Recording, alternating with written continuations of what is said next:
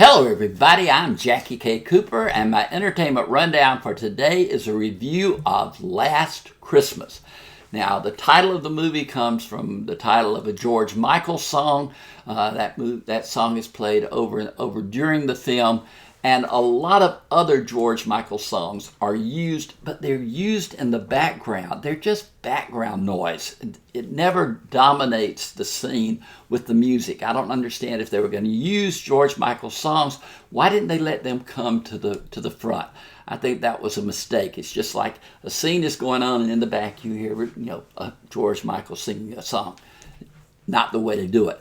This movie also borrows from too many other movies. Everybody I've talked to about this movie says, haven't we already seen that movie? Or wasn't there already a movie by that name? Or whatever. This movie borrows heavily from Notting Hill, the Julia Roberts, Hugh Grant movie. Also Love Actually, which is one of my all-time favorite movies. And there's a third movie that it borrows a lot from, but I'm not going to give you that title, because if I gave you the title of that movie, then that would give away something in the plot that I don't want you to know before you go to see it. It's all about a young woman living in London, played by Emilia Clarke. She works at a year-round Christmas store. She is she's been sick. She's getting well. Her family is worried about her. Her mother, played by Emma Thompson, keeps trying to reach out to her. Her sister, her father, they both, try to reach out to her, but she doesn't want to go home. Her mother gets on her nerves. So she spends her nights going from one friend's house to another's house. And she wears out her welcome quickly. She drinks too much. She stays out too late, etc.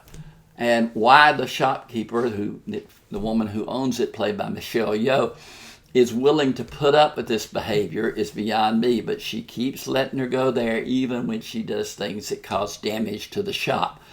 But then one night she happens to bump into a guy played by Henry Golding. They strike up a friendship, and he encourages her to put the past behind her, always look up and see the delights that are up above you, and in effect keep your eye on the future and what you can do with the future. And she resists this, and they have they're seeing each other, then they're not seeing each other, then they bump into each other again, and it goes on and on and on. Again, this movie works, though. I mean, it wants to grab your heartstrings and have you embrace this romance. And eventually, to some extent, it does. But it's so manipulative. As much as I like Emilia Clarke, and as much as I like Henry Golding, and I think they're a good pair together, this movie just manipulates everything, and it just brings it on. And then at the end of the movie, it doesn't know how to end it.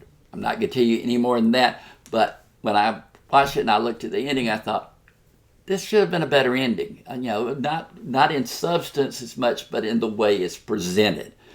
Like I said, though, Emilia Clarke has a lot of fans. She was on Game of Thrones, and her fans, I'm sure, follow her from there. Henry Golding first came on the scene. First time I saw him was in a film called Crazy Rich Asians, and he was one of the stars of that film.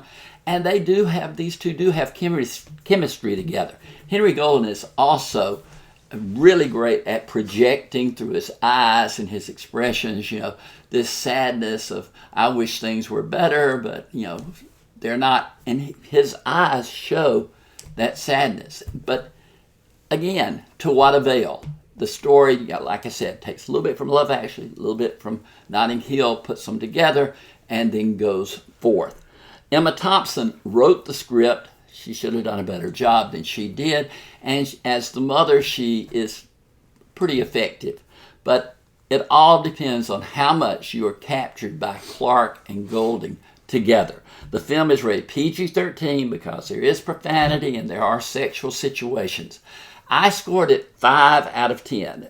It worked trying to get me to like it, and it finally got me up to average, because going in from the very start, I was annoyed with the main character and her behavior, and then it got worse before it got better. So, again, 5 out of 10. I expected more. Give me those, George Michael songs in full surround sound, make the screen crackle with the excitement of that music, and give me a story that seems fresh and not a rehash of something else. So, Entertainment Rundown, I give it a score of 5 for Last Christmas. Reach down there and hit that subscriber button. We want to have you on hand when we do more movie reviews in the future. But today's Entertainment Rundown review of Last Christmas, 5 out of 10.